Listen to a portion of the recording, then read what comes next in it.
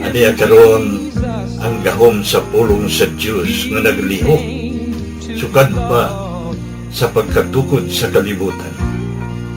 Gahom nga nagasulbad sa nagalinlaing matang sa problema sa kinabuhi sa tao.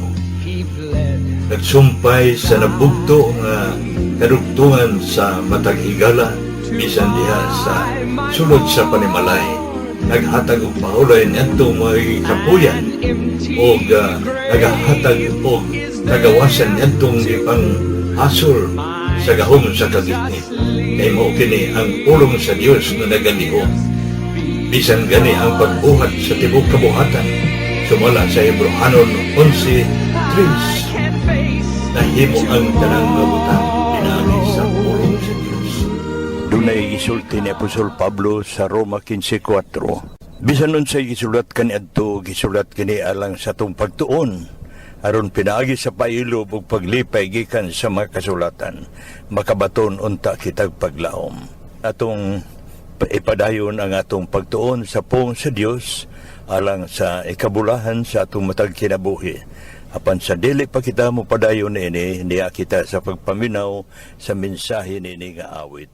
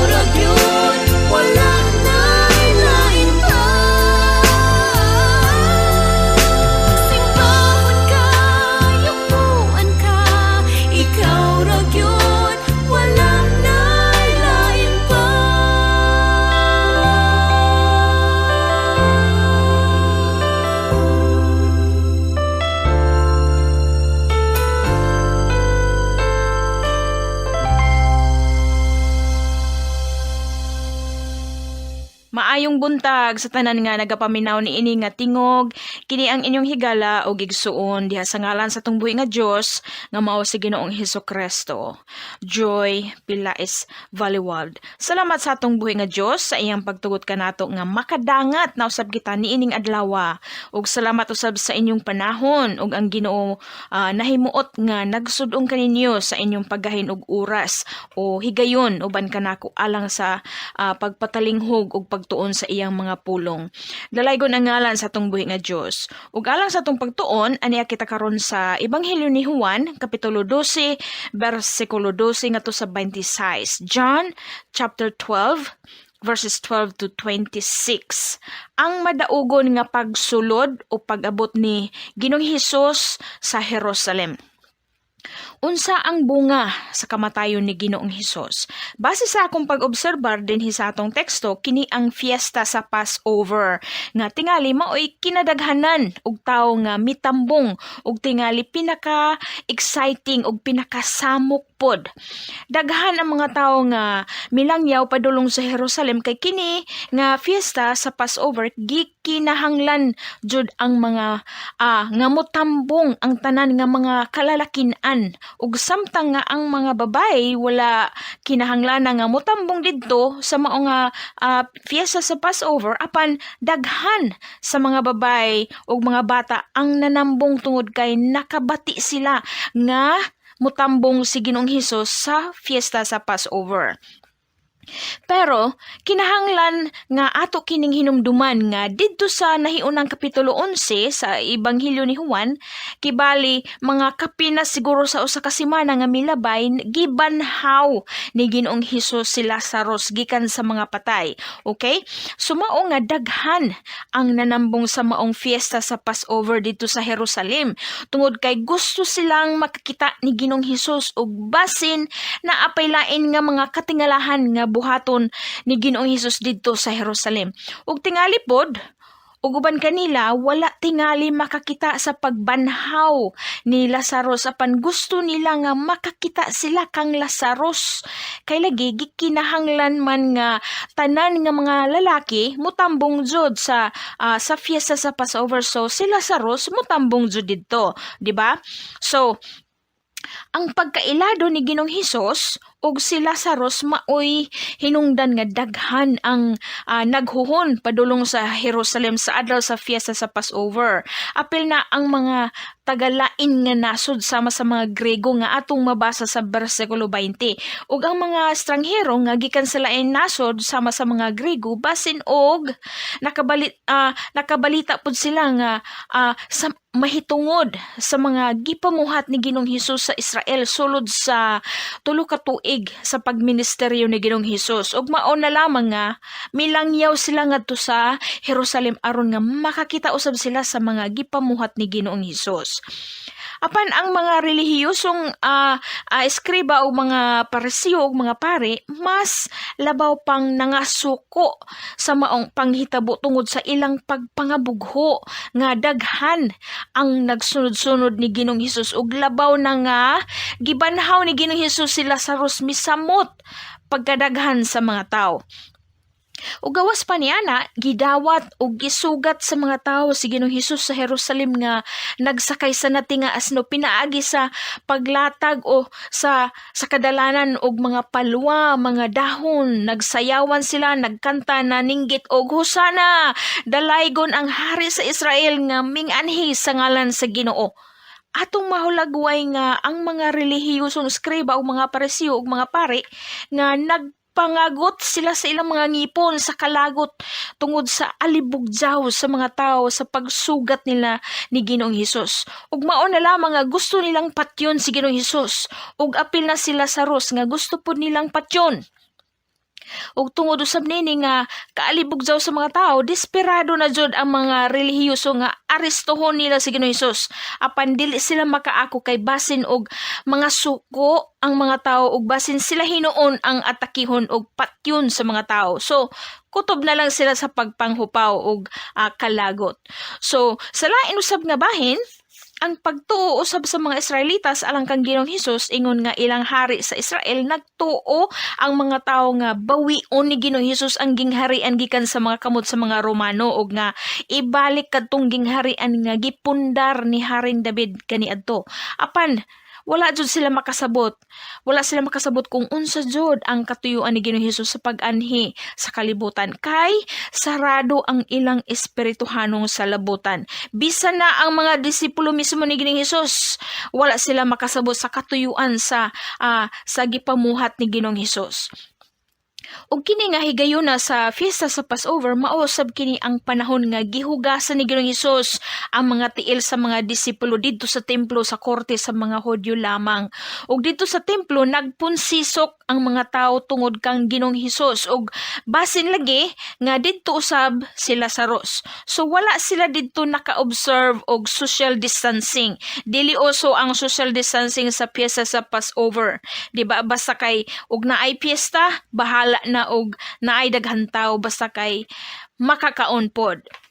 Ug kung atong mahuna-huna kini nga sitwasyon, kini karon sa atong kapanahonan, mas daghan jud ang mga tawo nga magpunsisok sa usa ka dapit o lugar kung makabati ang mga tawo nga naay ning abot nga ilado nga tawo o aktor ba kana o artista ba kana nga midagsa sa maong dapit. Ilabi na kung naay ipanghatag nga mga kaayuhan. O kasagaran ang kaayuhan ra ang giapas sa kadaghanan mao nga agresibo sila nga mutambong sa maong panagtigom. Ug naapod uban nga sitwasyon nga mas daghan ang mutambong sa mga kalihukan sa gawas kay sa kalihukan sulod sa simbahan. Pilion nila ang kalihukan sa gawas kay sa kalihukan sa simbahan kay alang kanila luag ang ilang pamati didto sa gawas kay sa sulod kuno sa simbahan nga daw na ay gawong ug hikot nga dili sila makapakita sa ilang gibati sa unod tungod sa daghan nga gipangdili sama sa balaod o napulo kasugo sa Ginoo. Sa pagkatinuod, ang kalihukan sa gawas maoy magpagawas sa mga tinaguan nga mga kinaiya sa tao. Ug ang kalihukan sa sulod sa simbahan maoy instrumento nga makapatulid sa mga kinaiya sa tao uban sa tabang sa Ginoo ug sa iyang mga pulong. Ug dili man pod nato ikalimod nga kitang tanan aduna man jud kitay kahuyangon ug nga ang yawa ana kanunay nga nagasamok kanato aron nga mamahimo kitang alagad ni Satanas. Apan nagdepende ra pod na kung tugutan nato ang yawa. Ug kasagaran dili nato masabtan ang mga mensahe nga espirituhanon nga gikan sa Ginoo o gikan sa balaang espiritu tungod kay mas gitagaan nato og bili ang mga butang nga atong makita o nakita sa atong mga mata diha-diha. Ug mas gitagaan nato og bili ang mga butang nga makapatagbaw sa atong unod. Dinhi sa Kapitulo 12 sa Juan, adunay pipila ka mga grupo sa mga tawo nga mitambong sa fiesta sa Passover. Una, mao kini sila ang mga tawo nga excited nga ning tabo o ning sugat ni Ginoong Hesus. Kini sila ang mga tawo nga nagdala og mga sanga sa dahon o palwa o gilatag kini nila sa kadalanan aron nga maoy agian kini ni Ginoong Hesus nga nakasakay sa nating nga asno. Ug gawas na ini mga tawo nga misugat ni Ginoong Hesus adunay daghan na usab nga mga tawo nga unang nangabot nga nakasulod na sa syudad sa Jerusalem ug nga kini sila natingala nga nagkaguliyang man ang mga tao dito sa usa ka ganghaan sa syudad sa Jerusalem ug nga nakita nila nga ang mga katawhan nagkupot ug nagwarawara sa mga palwa ug dahon ug nga alibog daw sila kaadyo. Imagine na imong kaugaling nga dito ka sa fiesta sa Passover na ay mangutana nimo kung unsay panghitabo ngano nga naamay mga tao nga nagsinggit-singgit sa unahan ug nagwarawara og mga palwa og dahon. Wala pud lagi ka ikatubag kay wala pud lagi ka masayod. Parehas mo nga walay alamag sa panghitabo. So ang tendency nga managan mo didto aron nga masayran ninyo ang maong kaguliyang sa mga tao. Ug ang sunod nga grupo sa mga tao, kini mao ang mga relihiyosong Parisiyo, mga eskriba o mga pari nga nangakurat usab sa maong panghitabo. Nangakurat sila sa kaguliyang ug alibugjaw sa mga tao nga nagwarawara sa mga palwa ug mga dahon. O sa pagkahibalo nila nga si Ginoong Hesus di ay ang gikagubtan sa mga tao, ning samot sila sa ilang kasuko kang Ginoong Hesus ug nga naglalis hinuon sila, nag-away sila ang mga relihiyoso ug ngano kuno nga wala nila patya si Ginoong Hesus niadtong niaging semana ug ngano pud kuno nga wala nila patya sila sa Lazarus nga maoy gibanhaw ni Ginoong Hesus kay lagi. Mas nanaghan ang mga tagasunod ug mga fans ni Ginoong Hesus tungod sa iyang pagbanhaw ni Lazarus. Sa laktod nga pagkaistorya, dako ang ilang kabugho. Nangabugho sila sa pagkailado ni Ginoong Hesus. Sa bersikulo 19 nagingon, og ang mga Parisiyo na nagsinultihay sa ilang kaugalingon, tan-awa ninyo nga kamo walay nahimo. Ani karon ang tibok kalibutan na nagsunod kaniya. So nangasuko sa ilang mga kaugalingon ng mga Parisiyo ngano nga ila pa man nga gihuwat o gipalabay kining adlaw nga makakita sila og makasudong sila sa kadaghan sa mga tao nga malipayon nga nagsalubong ni Ginoong Hesus uban ang pagwarawara sa mga palwa og dahon og nga gilatag nila sa mga kadalanan alang kang Ginoong Hesus nga nagsakay sa nati nga asno. Dako ang ilang kapungot og pangabugho sa mga relihiyoso ngadto kang Ginoong Hesus. Atong mahawlagway ang ilang mga panghupaw, di ba? Ang sunod nga grupo, kini mao ang mga Grego, mga estranghero o bisita sa fiesta sa Passover. But pasabot nga kining fiesta sa Passover, sukad kaniadto ilado na kining nga fiesta sa lain nga nasod ug basin dili lang mga Grego ang nanambong sa maong fiesta sa Passover natong higayuna.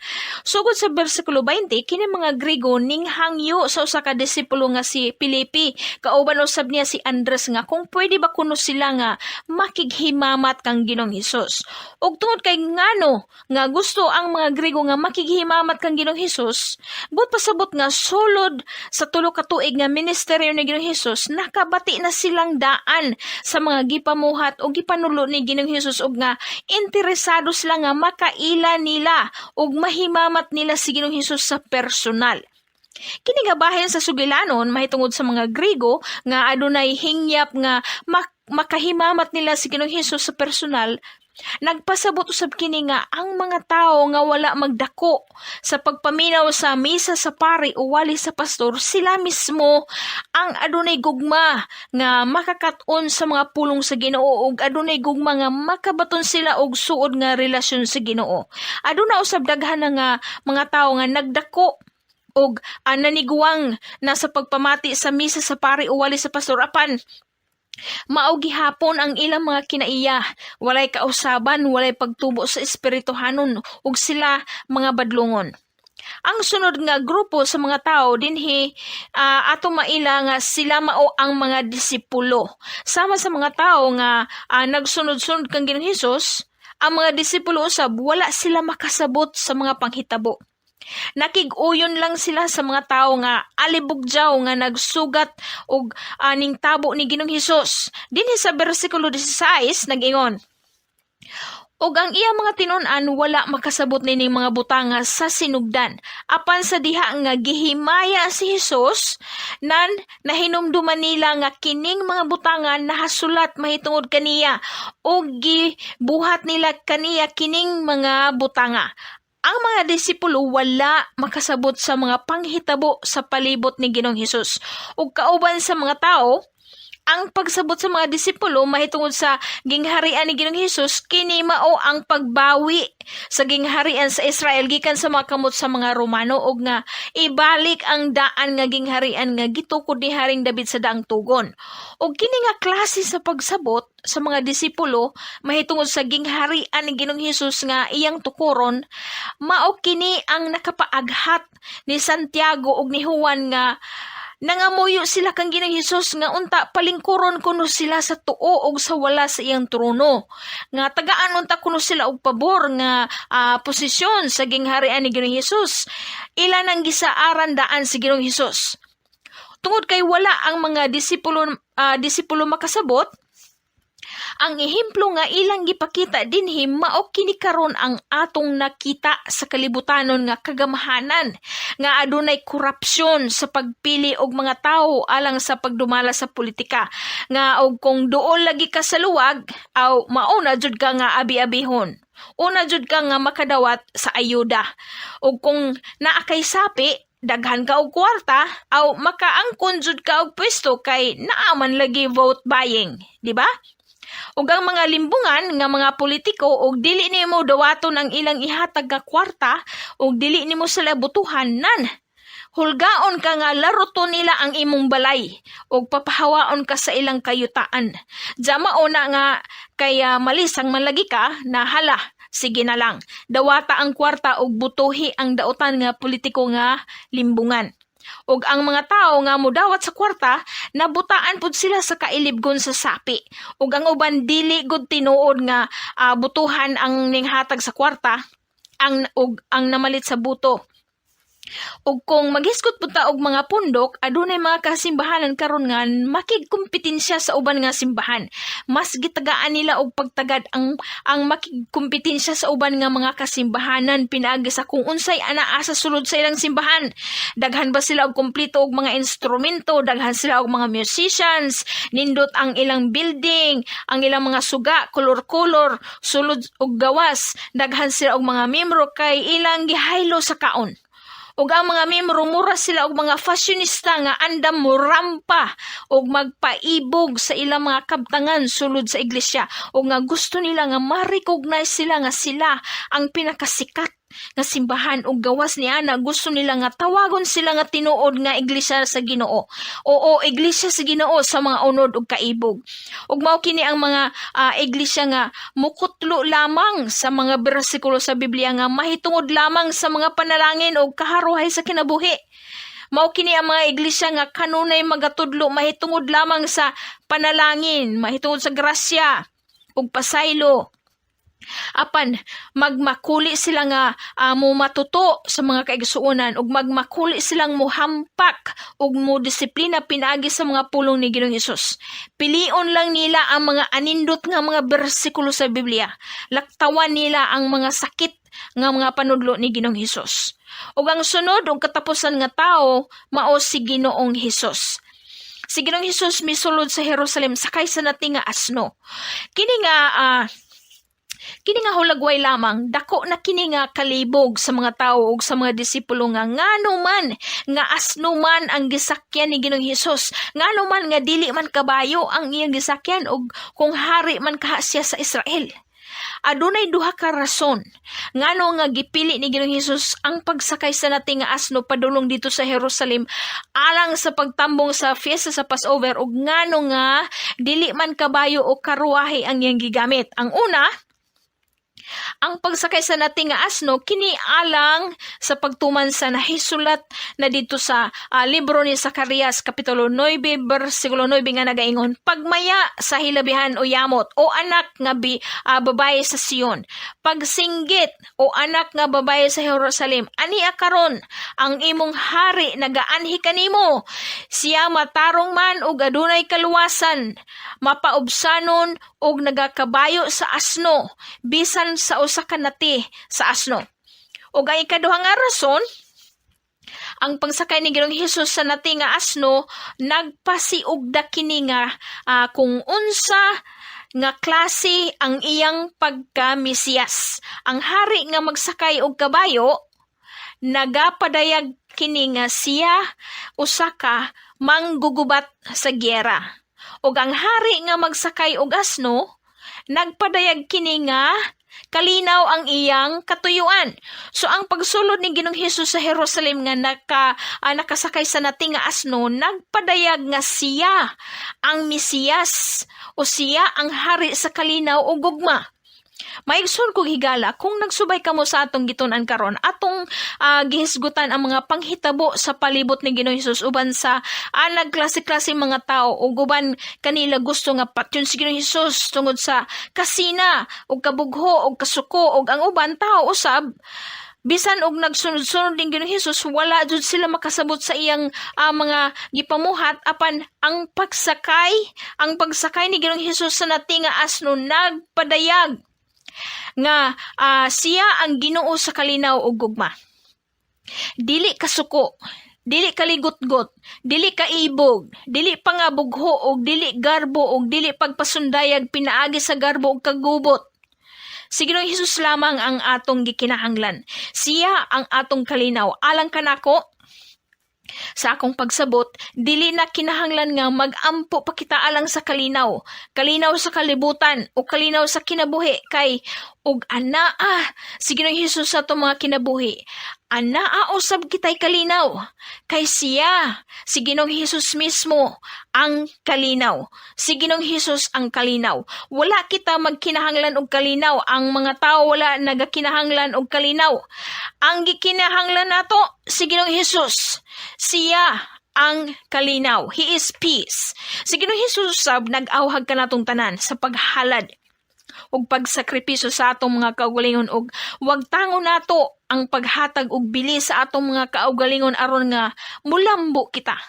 Ug sa dihang mulambo na kita, ang Ginoo mahimuot kanato sama sa pagkahimot sa amahan diha sa kamatayon ni Ginoong Hesus dito sa krus sa Kalbaryo. Ang bersikulo 25 nag-ingon, ang nahagugma sa iyang kinabuhi mawala kini kaniya apan ang nagadumot sa iyang kinabuhi din hinining kalibutana gitagana niya kini alang sa kinabuhi nga walay katapusan. Ato sab kini mabasa dito sa libro sa Mateo kapitulo 10 bersikulo 39 ug Lucas 9:24. Ang bersikulo 25 nagpasabot kini nga kinsa kadtong nahigugma niining kinabuhi karon dinhi sa kalibutan ug nahigugma sa mga nagkinang-kinang nga mga butang ug bahandi ug mga kabtangan ug uban pa, gipili nila ang pagbalibad ug paglimod kang Kristo Hesus sa hilom diha sa ilang mga kinabuhi. Ug ang resulta mao ang pagkawagtang sa kinabuhing langit nun nga walay katapusan ug nga dili nila maangkon kini. Ug kadtong mga tao nga wala magatagad sa mga butang ug mga panghitabo dinhi sa kalibutan, pagatipigan ang ilang mga kinabuhi hangtod nga maangkon nila ang kinabuhing langit nun nga walay katapusan nga giandam sa Ginoo alang kanila. Ang kamatayon ni Ginoong Hesus dito sa cross, ingon nga sakripisyo nga halad, nagluwas kanatong tanan ug nagtubos sa atong mga sala. Pinaagi sa iyang kamatayon, gihiusa ni Ginoong Hesus ang mga Hudyo ug kita nga mga Hintil ug ang tibok katawhan sa kalibutan. Ug pinaagi sa iyang kamatayon atong nabatunan ang kaluwasan ug ang kinabuhing dayon didto sa langit sa bisan kinsa nga nagatuo kaniya nga siya ang Dios ug manluluwas sa ilang mga kinabuhi. Ug wala nailain pa nga makaluwas nato si Hesukristo lamang. Dalaygo na ngalan sa atong buhi nga Dios, magampo kita.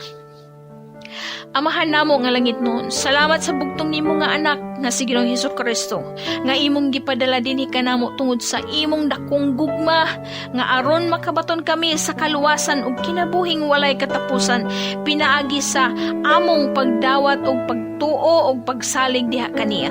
Ginoong Hesus, tabangi kami nga makasabot kami sa imong mga pulong nga imong gipanulti pinaagi sa balaang kasulatan. Ablihi ang among mga idulungog ug salabutan ug ang among mga mata nga makakita kami sa kamatuoran nga ikaw lamang ang angayan nga simbahon namo ug pasalamatan ug wala nailain pa. Dalaygon og simbahon namo ikaw Ginoong Hesus. Ang imong ngalan lamang mahimaya. Amen ug amen. So turn your eyes upon Jesus. Look full in His wonderful face, and the things of earth will grow strangely dim in the light of His glory. Mga kaigalaan ng mga kaigsuran, alang kaninyo nga walay higop pang kaibado, kung hain kita nihini na nagapagawas sa mensahe ang among dapit God's Miracle Revival Center San Agustin Tomas Opus sa Dirlete. Nagabi-abi kami kanunay sa tanan nga mudool alang kanila nga dunay pagpanginahanglan labi na sa mga butang espirituhanon. Dugang paniana ang atong kinabuhi samtang nagpadayon pa usap.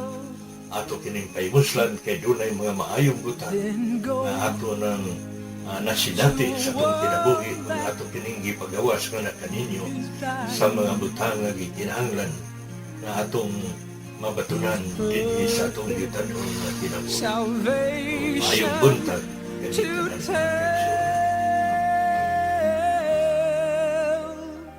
Just turn your eyes upon Jesus.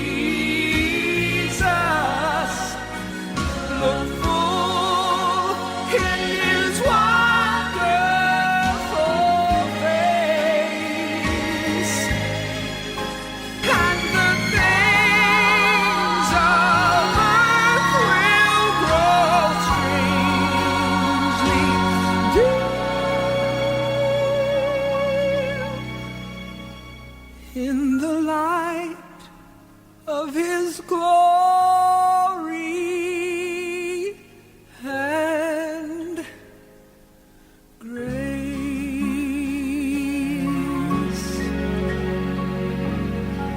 Jesus.